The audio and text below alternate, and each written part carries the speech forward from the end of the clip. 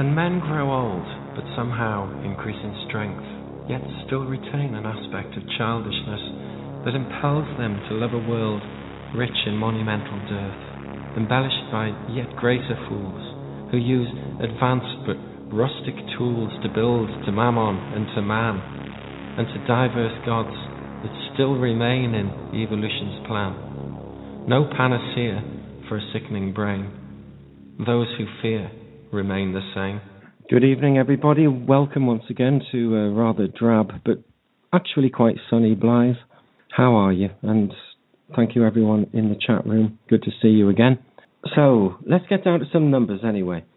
But before going into that, I just want to draw attention to Alexander the Great and how his tomb has been found in America. Alexander the Great of Macedonia. So we're talking about 370 BC. He was born 356. Was said to have owned a paradise stone which gave youth to the old. And this stone, a medieval Jewish scholar explained, would outweigh its quantity of gold.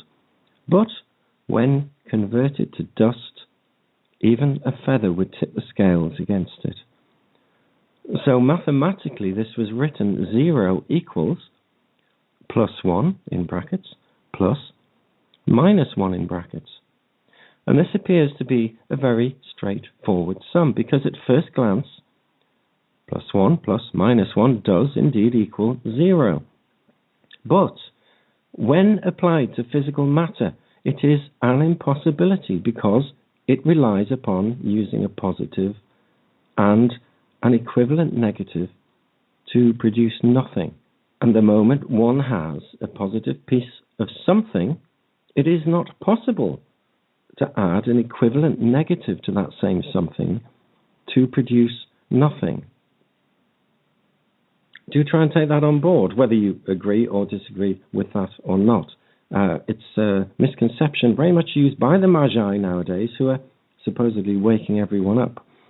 So, at best, one could move that the positive something goes to somewhere else, so that it is out of immediate sight. But it would still exist, and it would therefore not be nothing. And the only way to turn something into nothing, as far as the material world is concerned, is to translate that something into another dimension, so that it physically disappears from this mundane environment. If such a process were achieved, then the proof of achievement would lie in the fact that its weight also disappears. What then is it that can outweigh itself, but can also underweigh itself and become nothing? What then is it that can be gold, but can be turned to powder? I've mentioned how gold is turned to a white powder. This is out there now, not for me to teach you. Anyone who wants to know more about this sort of thing can go read any of Lawrence Gardner's stuff, Genesis of the Grail Kings, perhaps in particular. And if you go, no, Lawrence Gardner was a reptile, then take your head out of your bottom and go and read what the reptile said anyway. So, what but turned to powder? And the answer is it's the phoenix, the red gold, that will burn to dust, but is then restored to enlightenment. It's the golden calf that Moses burned to ashes and fed to the Israelites. It's the stone of the hidden Shemanah, the highwood firestone, and as the records determine, the Sumerian firestone of the master craftsman was not of stone at all, but of shining metal. So, given the facilities of today's scientific advancement and our knowledge of atoms and nuclei, is it possible, as it was, I suspect, in the distant past, to convert gold into a sweet-tasting, ingestible white powder? Is it possible for that powder to outweigh its optimum weight of gold? Is it also possible for that powder to underweigh itself and to weigh less than nothing? And under such circumstances, is it possible that the powder can disappear from sight into another dimension of space and time, and then be returned to its original state? And the answer to the question is yes, because this is the post-Starfire mystery, to quote Lawrence Gardner, of the Phoenix, and it is the key to the messianic bloodline enhancement through the Firestone. So, as to why Firestone was called Highwood by the ancient Mesopotamians, we need to look at what they call high-spin metallurgy nowadays. So, let's consider the statements concerning the Philosopher's Stone made by the alchemists Lapidus and Arrhenius. And the Philosopher's Stone is no stone, but a powder with the power to transmute base metals into gold and silver. And the stone, which is to be the transformer of metals into gold, must be sought in the precious metals in which it's enclosed and contained. It is called a stone by virtue of its fixed nature, and it resists the action of fire as successfully as any stone. But its appearance is that of a very fine powder, impalpable to the touch, imperceptible like talcum powder, fragment as to smell, in potency a most penetrative spirit, apparently dry, and yet unctuous, and easily capable of tinging a plate of metal. The stone does not exist in nature, but has to be prepared by art, in obedience to nature's laws. Thus, you see, our stone is made of gold alone, yet it is not common gold. So both of these testimonies refer to this enigmatic stone being actually a fine powder, and in talking of the precious metals within which the stone is contained, modern practitioners refer not only to gold and silver, but also to those metals which comprise the platinum group. Now, anyone who's kind of following this investigation can go from the platinum group of metals straight into, for example, Peter Plichter and the prime number cross. Do grab that book, you'll see how the things merge. And not that Plichter, sorry, I must be clear, he's not pointing these things out, I'm just pointing them out to you. You can go and see for yourself. Now, these metals, along with platinum itself, are palladium, iridium, osmium, rhodium, and ruthenium.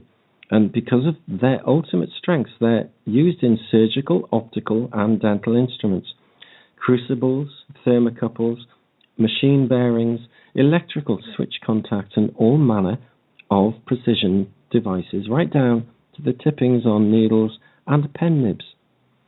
And the metal that in jewellery manufacture is commonly known as white gold is an alloy of gold coupled with palladium, which is said to have been first discovered in Brazil in 1803 and was named after Pallas in that year. The asteroid, that is. Iridium, osmium, and rhodium are also given the same date of discovery, with ruthenium following in 1843. So, what about all of that? Well, we'll figure it out during the show. Where was I? Metal, really, wasn't it? So, iridium keeps coming to mind. It's a very rare element on Earth, but geologists discovered its existence in quantities up to 30 times the norm in the crust layers, where extraterrestrial meteorites containing the substance have landed in the distant past. And iridium is therefore not so uncommon outside our own planet. The Sumerians and the ancient Egyptians clearly knew about the properties of gold and how to alloy it with other noble metals, and the master craftsmen were adept too in the workings of iridium, which is very much like gold, could be an exotic Highwood state of Shemanah. This is a biblical term. This means that they not only knew and worked with these metals, but that they understood the science of atoms and nuclei, for the high-wood state of white powder is only achieved through the knowledge of the high-spin metallurgical experience, to quote Lawrence Gardner. And only by understanding this sort of part physical and part metaphysical science can you take a physical something and turn it into nothing by applying the principle of 0 equals +1 plus -1. Write those down on paper. If you can't visualize that, it does help. This high-spin powder of gold has a distinct effect upon the pineal gland or pineal gland, and it's increased melatonin production, while the equivalent powder of iridium has its similar effect on the serotonin production of the pituitary gland. And although these current names of the platinum group metals are relatively new, the metals themselves are far from new. And I'll go into this in a future show, looking at the elements themselves. There's some incredible stuff right at the front of mainstream science, which, I know most people in the truth movement, if they looked at it, would go, oh, wow. But how can we all look at these things? I'll throw it at you because I've been lucky enough too. Recent tests have shown that by dry matter weight, over 5% of our brain is composed of iridium and rhodium in a high spin state. So, what is this high spin state which converts these noble metals into some kind of white powder?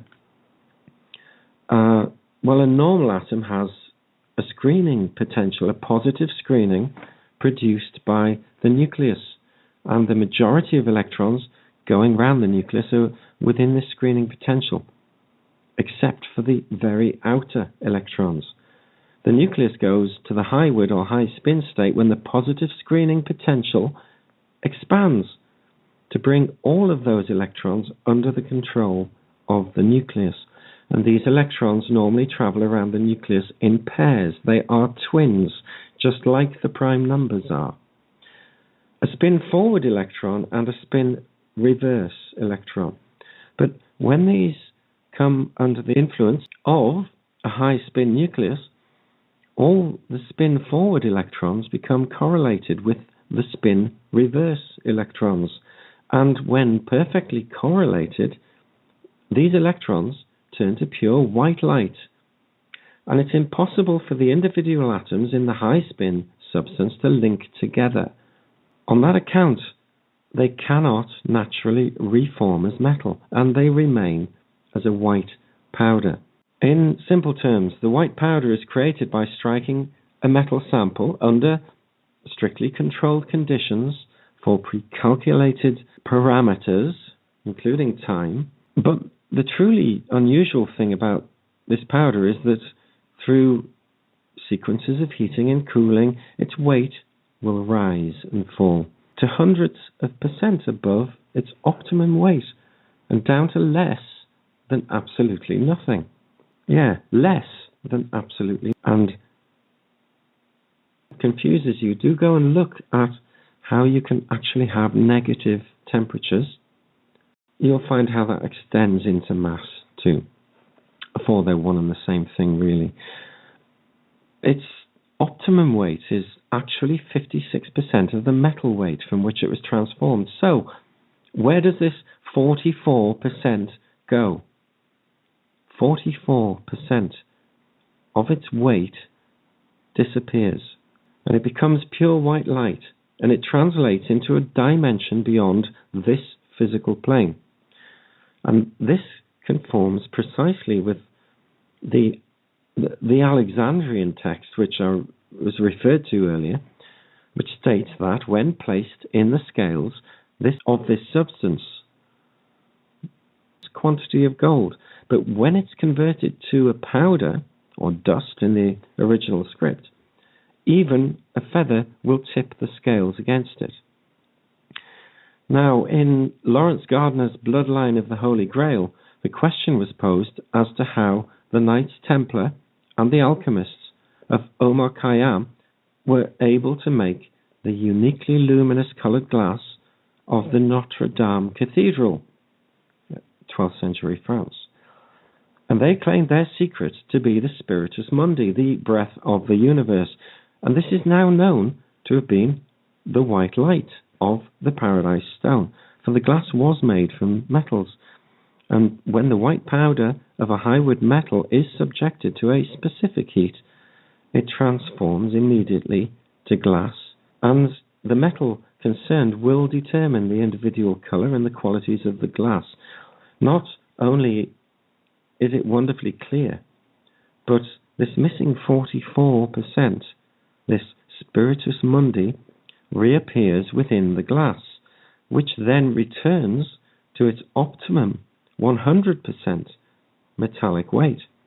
And this proves that the 44% never actually disappeared. It simply moves into a state of weightlessness. An experiment conducted in the USA in the late 70s made it quite clear that the effect of this mystical white light in open-air conditions without the control of vacuums and inert gases necessary for contained results. And in this test, this substance completely disappeared in a blaze of light, equivalent to 50,000 flashbulbs, if you want some perspective on that. So it was, in effect, an explosion, but there was no blast. And an unsupported pencil that was stood on end within the explosion was left standing upright. So another feature of this white powder is that even if 56%, that is the sample excluding 44% light content, even if it can be made to disappear completely from sight, moving itself into another dimension.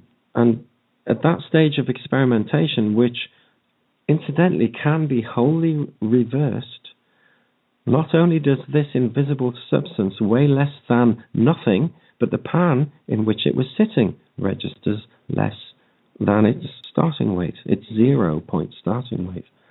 So this particular aspect of the Firestone's ability has stunning consequences, and hopefully you're sussing that clearly is anti-gravitational, but bear in mind that this is the science of Egypt.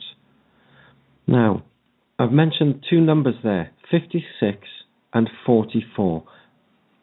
Taking 100% of matter, 56% of it remains here, and 44% of its mass disappears. Now that's an interesting relationship. Anyone with a pencil or calculator, put 56 over 44 and do the math. 56 over 44 is 1.272727, and those two sevens repeat infinitely. There's a special kind of name for that kind of number, which I'm going to look at again in a coming show, with the assistance of the great mathematical minds on the planet. Even though they don't completely agree with me, I can see them doing that soon. And that's what I want you to watch as it unfolds. But we'll come back to that. So, if you round up that 1.2727, and just forget the 1, really, that's a scalar, you've got 273. And this is very much, but almost quite the number that I've been looking at with the moon, 2732. Don't be put off by the fact that they're very slightly different. They're not. If you round up this number, you get 273. So, where to from there? You have, yet again, that number, the 273. This is the percentage mass which disappears into the fourth dimensional aspect. Okay? That's what I'm pointing out here. If that weren't true, these numbers would be different, but anyone can check these, and the science, since what I've quoted to you is written, is actually out there. So you can check this. So what about that? Well, that's also 3/11. So if you do that one, you'll see it's the same ratio. And 3/11 is the ratio of the moon to the Earth in terms of its diameter, or their diameter. So quite an interesting turn of events there for anyone who wants to carry on with this pursuit. Call it esoteric math, call it what you want. I call it bloody interesting shit, because this is what your Illuminati know or have been seeking anyway, I would propose. And if that's not the case, show me how far short that could fall. This is kind of unchallengeable at the minute, and not because others are not aware of this. It really isn't that. It's that there are so many people very much aware of geometry and the math and so on, be they at the forefront of academia or in the conspiracy world, looking at the esoteric side, and wherever in the religious world. It's all the same, actually. And once you start looking at these numbers, and what I'm trying to do is point out the ones which actually unify all of the natural sciences in a quite provable way. But I can't do that on the radio, and I don't imagine one man could do a fraction of that in a lifetime. But that's the reality. Think about it. And that really is what we have at our hands to help us beat those who have used this, or their search for it, because we financed it. Back to metals, though. It's known that iridium and rhodium have these anti-aging properties, is it not? And while ruthenium and platinum compounds interact with the DNA and the cellular body, it's also known that gold and platinum metals in their high spin state, their monatomic state, can activate the endocrinal glandular system in a way that heightens awareness and aptitude to extraordinary levels. This Highwood Sheminar is capable of defying gravitational attraction, and it would appear that it perhaps activates the body's so-called junk DNA, along with generally unused parts of the brain too. So, to quote Lawrence Gardner, he says, "We've now stepped beyond the bounds of the Bible to witness the alchemical and scientific process which facilitated the genesis of the Grail kings and the dragon succession. And this dynastic line from Cain through the kings of Sumer and the pharaohs of Egypt to King David and onward to Jesus, who was a pretty well-established figure. Now his identity has been arguably revealed. They were the purveyors of light. These are the true sons of God, who were fed first on this Anunnaki starfire from about 3800 BC, and afterwards, when the Anunnaki fucked off, on high-spin metal supplements. So in short, they were bred to be the leaders of mankind, and they were both mentally and physically maintained in the Highwood state. Question: do you think that has changed? Do you think the pharaohs went away? I don't. Now, it has to be said that aliens have made contact with the Earth. Oh, there goes Dick. Yeah, but don't worry. The mothership descends, and humanity attempts to communicate with the visitors by means of music. Now, that's a celebrated scene from Close Encounters of the Third Kind. John Williams' decision to use the basic building blocks of this harmonic series, the third, the fifth, and the octaves, as the basis of a musical conversation, is quite reminiscent of the well-known story of Pythagoras entering a forge in which he observed four smiths hammering on anvils. The philosopher was said to have been intrigued by these different pitches given off by the hammers, and on weighing them, he discovered proportions that resulted in the corresponding musical intervals of a fourth, a fifth, and an octave. And the story was recorded by the Syrian philosopher Iamblichus in his Life of Pythagoras. And he says, when, therefore, he had accurately examined the weights and the equal counterpoise of the hammers, he returned home and fixed one stake diagonally to the walls, lest, if there were many, a certain difference should arise from this circumstance, or, in short, lest the peculiar nature of each of the stakes should cause a suspicion of mutation. Afterwards, from this stake, he suspended 4 cords consisting of the same material, and of the same magnitude and thickness, and likewise equally twisted. To the extremity of each cord he tied a weight, and when he had so contrived that the cords were perfectly equal to each other in length, he afterwards alternately struck 2 chords at once, and found the before-mentioned symphonies, a different symphony in a different combination.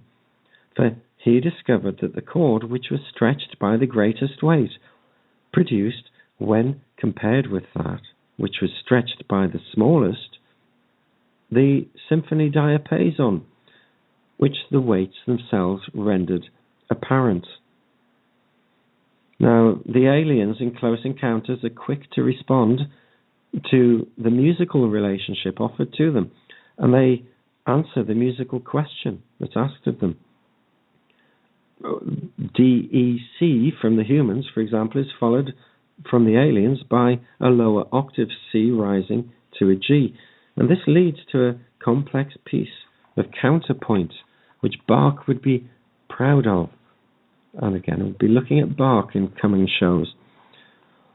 This was all scored by Williams for a conventional orchestra rather than electronic instruments, which were implied by the film itself, with its keyboards and synthesizers and speakers and so on. What exactly is being said, though? Well, recognition of the overtone series and its resulting musical conventions, maybe. Certainly, that is, after all, quite sufficient. As Eduard Hanslick, the Viennese music critic and later enemy of Richard Wagner, said, "In the pure act of listening, we enjoy the music alone and do not think of importing it into any extraneous matter." Hanslick violently disagreed with Wagner's approach to music drama, arguing that an opera in which the music is really and truly employed solely as a medium for dramatic expression is a musical monstrosity. And Hanslick would no doubt have agreed with Mendelssohn when he said, "Music is a more precise language than words or letters." And such a view argues that music is autonomous and is not necessarily a symbol of something extra-musical. This is no doubt why the scientists who make contact with the aliens in Close Encounters choose musical relationships as the means of conversation. And music may not be a universally understood language, as some romantic theorists might have us believe, but basic relationships like fifths and octaves are certainly naturally occurring phenomena that are likely to be recognized by alien life forms. They're not purely human concepts, in other words, and we, and presumably they, would respond to such musical relationships, just as we respond to other natural patterns and proportions. So these Close Encounters scientists might have considered showing the aliens examples of the golden section or the Fibonacci sequence, both of which are indeed related to the proportions required to create fifths and octaves. Now, these ideas, incidentally, are explored in Walt Disney's inspirational film, Donald Duck in Mathmagic Land from 1959, in which Donald Duck explores the outlines of Pythagorean theories of proportion and their connection to music, architecture, and naturally occurring forms and structures. And believe me, you're in danger of Donald Duck coming on in the next week or so. Yeah, you are. So, the point is that the golden section is dependent upon the ratio of phi, which is approximately 1.618, and is most easily expressed when a rope is divided in such a way that the ratio of the longer part of the rope to the entire length is exactly the same ratio as the shorter part of the rope is to that longer part. And from this proportion, we can construct golden rectangles, which, as Donald Duck learns, forms the basis of the Parthenon's proportions, to name just the most famous architectural example. And golden spirals can also be constructed from golden rectangles, which have a great deal in common with the Fibonacci sequence. If you remember that at school, and anyone who bought the little book I suggested weeks ago, Homework for Grown-Ups, would find it in there. But it's the very simple process of taking a sequence and adding the numbers. So 1, 1, 2, 3, 5, 8, 13, where you're simply adding respective numbers together to get the next one, the previous two. And, of course, 144 is a key number in that Fibonacci sequence. Do take note of that. Anyone who's been following these shows will get that number.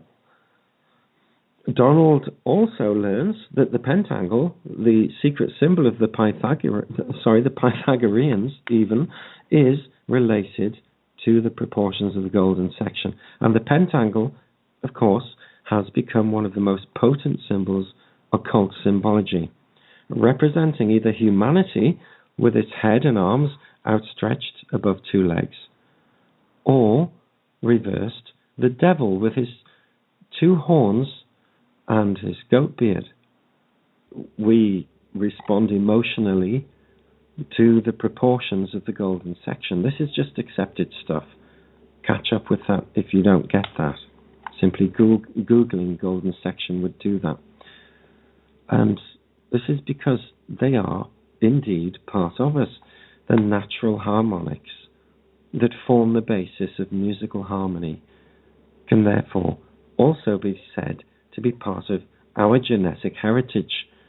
And having said that, no one has ever arrived at some successful definition of music, let alone an explanation of its emotional effects. Now, Aristotle realized that it's not easy to say precisely what potency it possesses, nor yet for the sake of what object one should participate in it, whether for amusement and relaxation, as one indulges in sleep and drinking, for these in themselves are not serious pursuits, but are merely pleasant and relax our cares, as Euripides says, owing to which people actually class music with them and employ all of these things, sleep, drinking, and music, in the same way. And they also place dancing in the same class.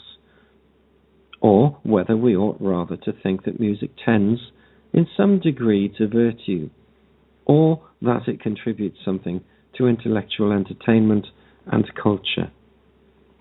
Now, I'm quoting from the Occult, who, by David Huckvale, seriously recommended for anyone, actually understands, but hopefully not in too paranoid a fashion, that the music industry, the arts industry, there's a key word, is actually a mind control operation. But please, unlike some people I've met, actually so many, please don't be so simple as to assume that that means that the arts themselves are. And the next layer of argument I hear is, yes, but most artists are gay. And that's not natural. And all this kind of thing. It's like, if you feel these things, step back, get over yourself, and then take a look at the arts. And also, not only that they're used against us, but in what form it can be used to strike back. Because actually all change throughout human history has arguably, I grant you, involves the arts at some level. So I'm kind of ranting about this because I constantly hear it nowadays, because Hollywood is rallied against us. And I even quoted Disney before as being an example of how certain things have been taught. And we all know Disney's history. But you can't polarize on a fact. And that's the only warning I would give to people from my direct experience. The moment you do that is the moment your head goes up your own arse. And it can become a bit of a problem. So go kick your own arse, really. Now it's our turn.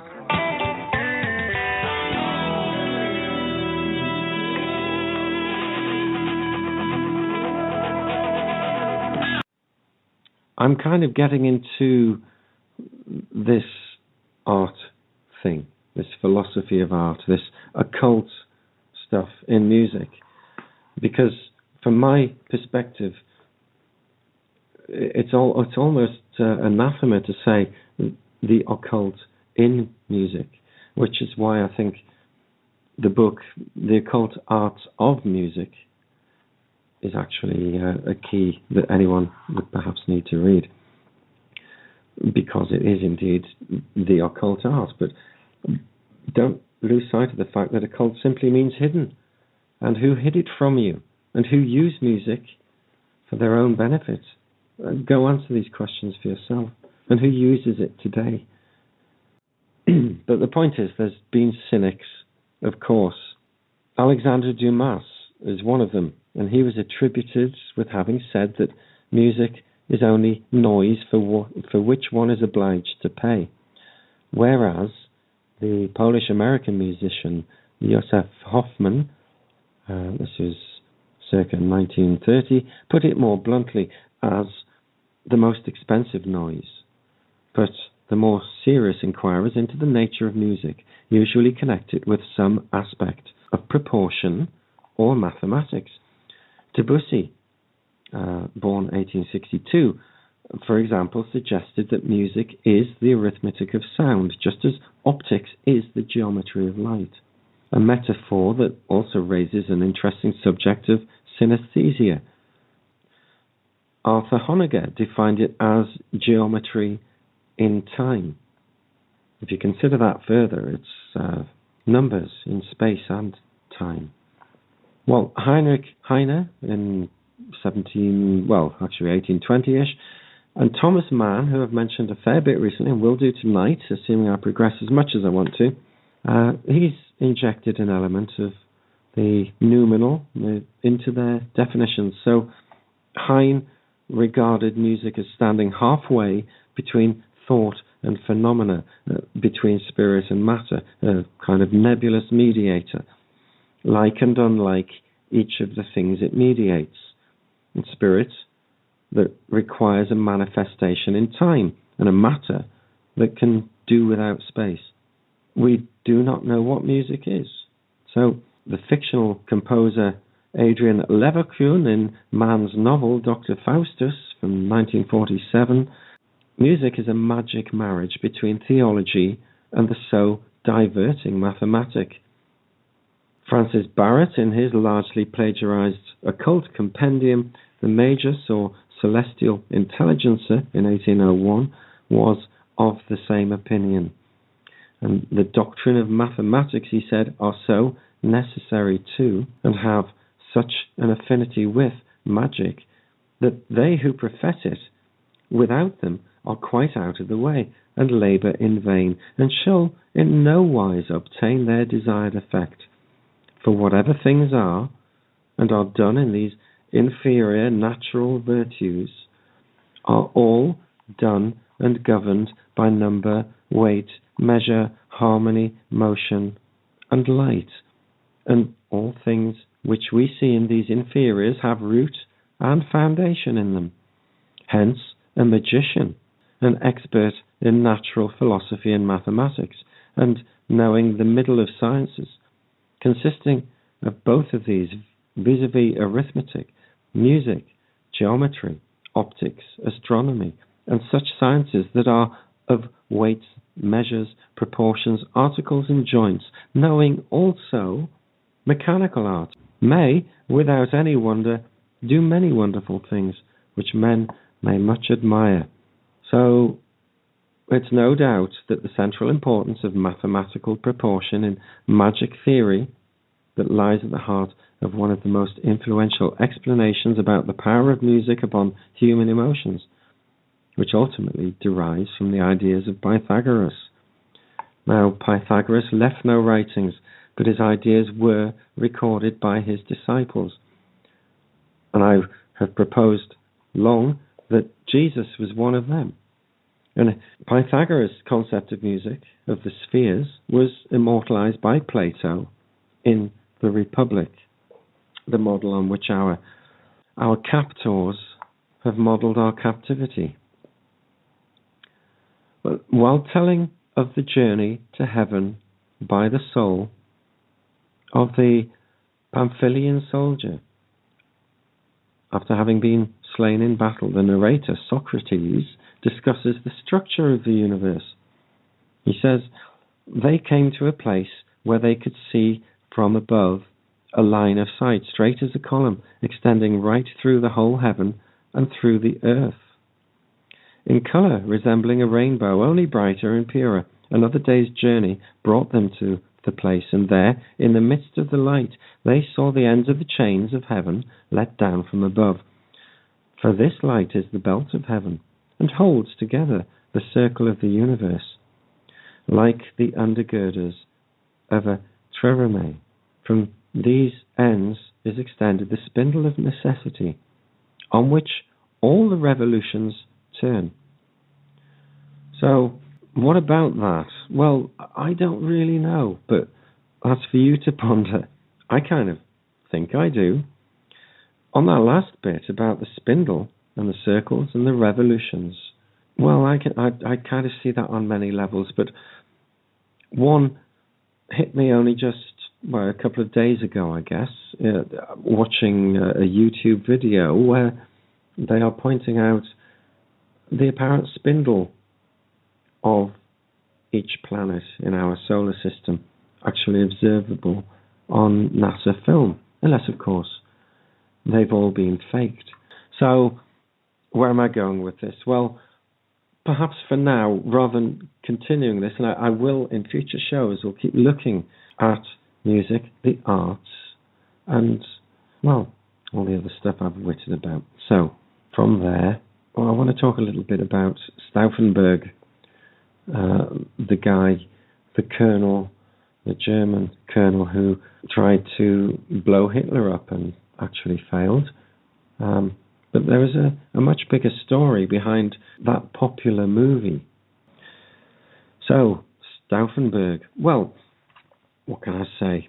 Last week, I touched upon Secret Germany. From my understanding of this, as I've perceived it, this weaves nicely into Rudolf Hess, who he was, what was really going on, why he flew to England, and the real stuff that was going on during World War II that is still going on today and involves the same old people.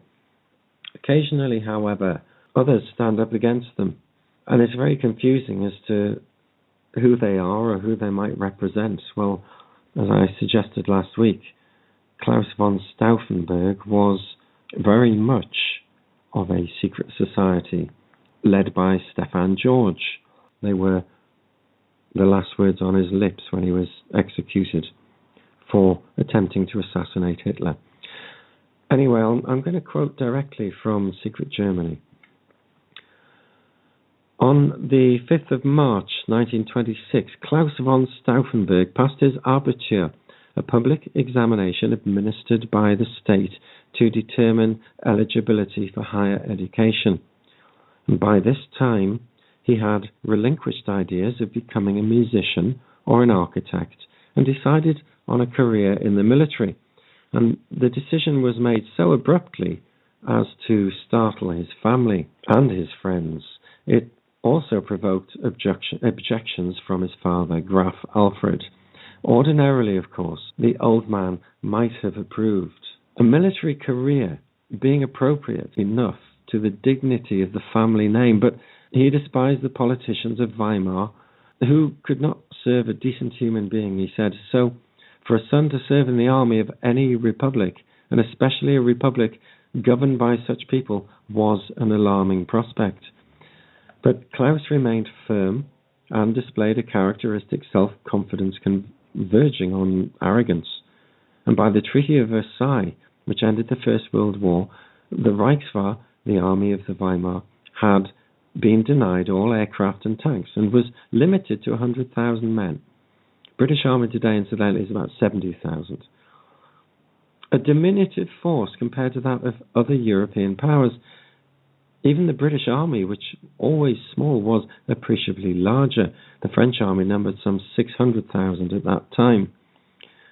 The Reichswehr's restricted size meant that there were far fewer officers' commissions available than there were candidates.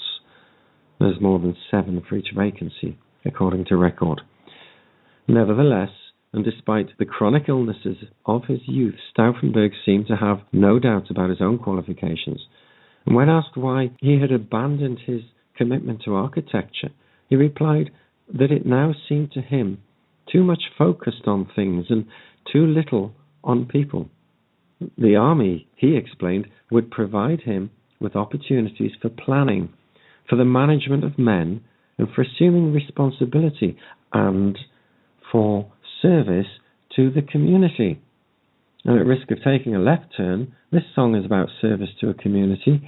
It's actually, well, it's David Bowie's single. It's called It's a Pity She Was a Whore. And it kind of acknowledges, as he says, the shocking rawness of the First World War, and takes its title from a play from the 1600s by John Ford. And Bowie describes the song as, if vorticists wrote rock music, it might have sounded like this.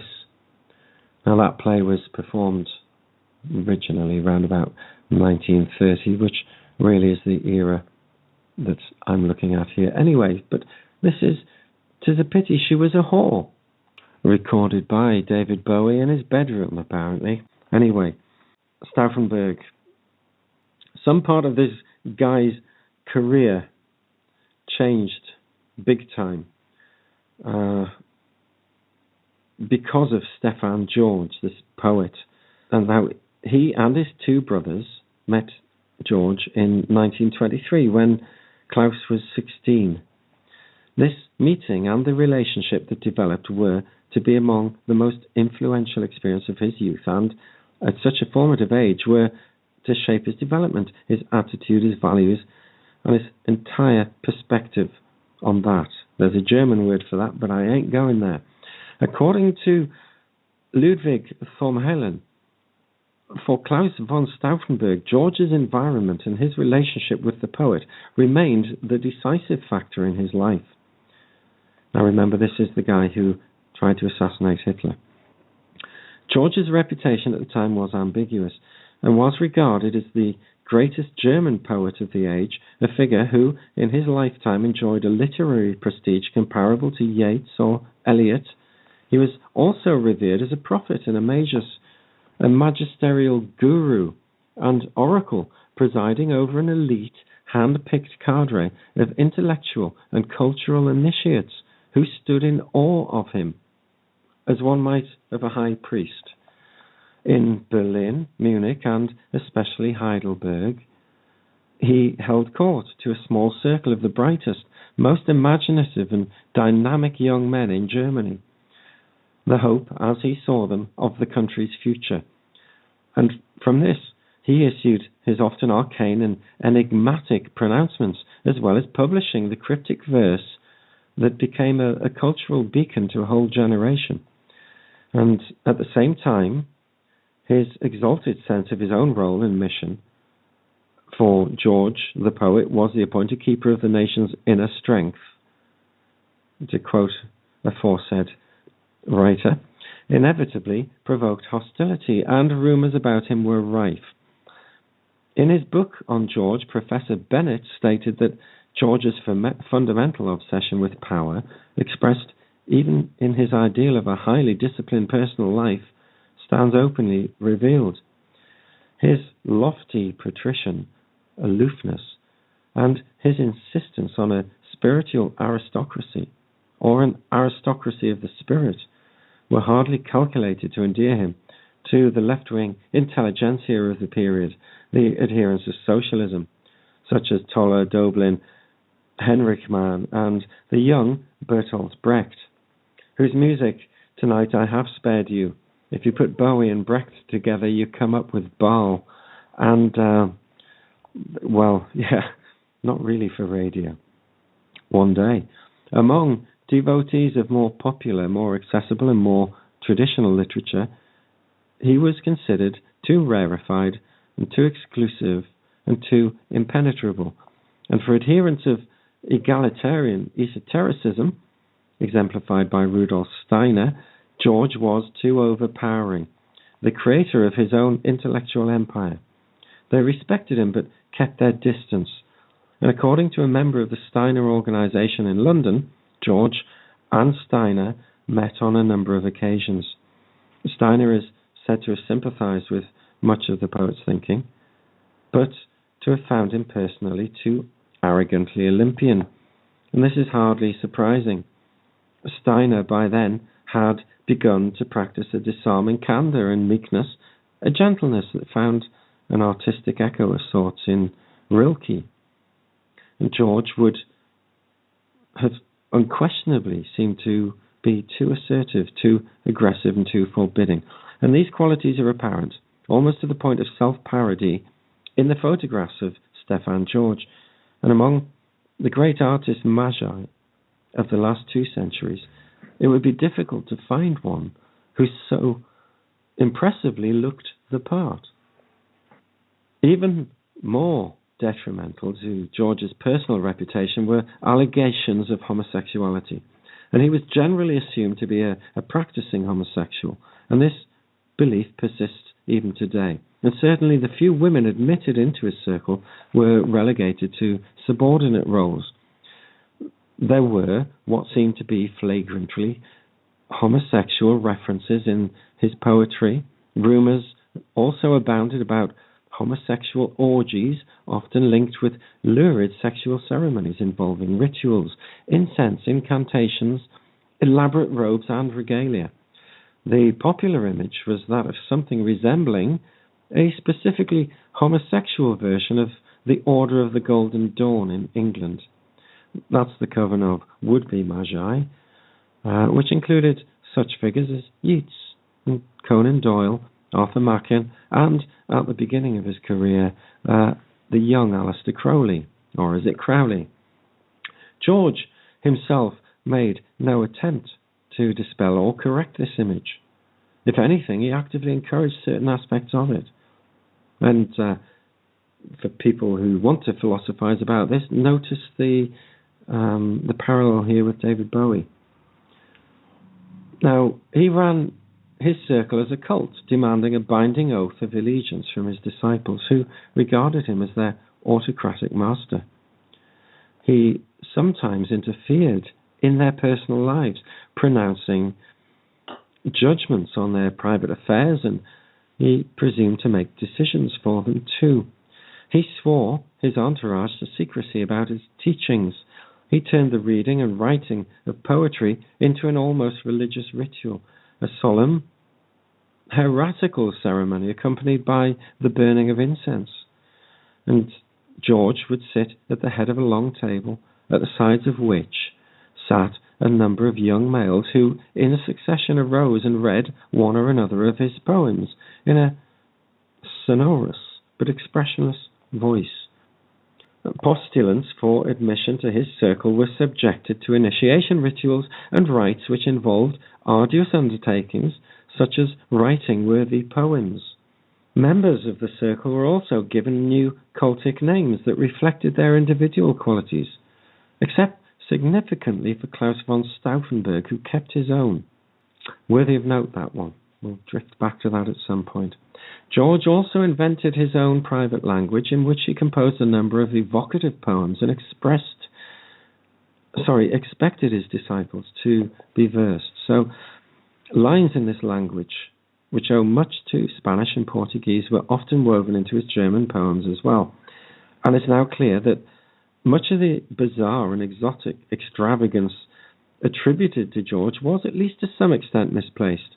In a lecture after the war, Aleister von Stauffenberg stated, previously there was talk of a kind of ritual, of gorgeous robes, incense and secret ceremonies, and whatever substance there may have been in these rumours at the time, and they were undoubtedly exaggerated, we never detected a trace of anything of the sort. Life went on very normally, meals, walks in the country, discussions in the evening, all completely simple.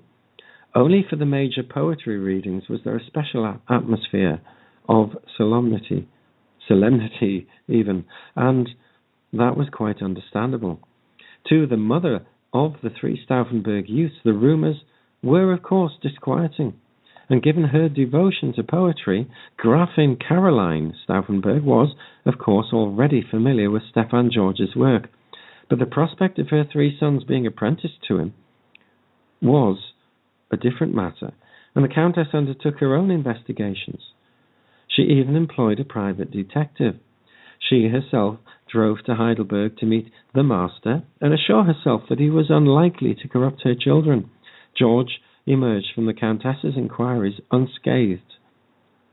In her meetings with him, Caroline was not only appeased, but also impressed and converted. Her sons, she concluded, could not have a better mentor. Stauffenberg's most recent German biographer, Peter Hoffmann, incidentally also acquits George in exactly the same way. So, the evidence, basically, what I'm saying, effectively seems to counter allegations against Stefan George. The sort of buzz at the time was not the cabaret society of decadent Berlin, but the provincial world of the conservative. Homosexuality was not only more of a stigma, to quote the author, than it is now. It was also a criminal offence, and the Stauffenbergs were not just respectful of the law, but also acutely sensitive that any potential stain on the family name and honour would be damning. And were there even the slightest grounds for crediting rumours about George's circle, it's not really conceivable that Gräfin Caroline, Stauffenberg's mother, would have allowed her sons to become members, especially after kicking off about it in public, or certainly within the family. So Berthold and Alexander joined the circle in 1923. These were his brothers, and Claus in 1924, when he was 17. The Stauffenbergs had long been devotees of Stefan George's work, and all of them knew many of the master's poems by heart. Other disciples seemed to see something regal in the Stauffenbergs, regarding them as avatars, like heroic figures of the past, the knights who had served the Hohenstaufen emperors. George himself, as well as other members of the circle, wrote poems specifically dedicated to Berthold. So, the oath of allegiance to Stefan George was of profound significance to all three of the Stauffenberg brothers, but it seems to have exercised a particularly strong hold over Berthold. Lacking Claus's fierce independence, he sought the master's approval for a number of his decisions, and when he was in Paris in 1928, he made a point of obtaining George's permission before even embarking on a holiday to the south of France.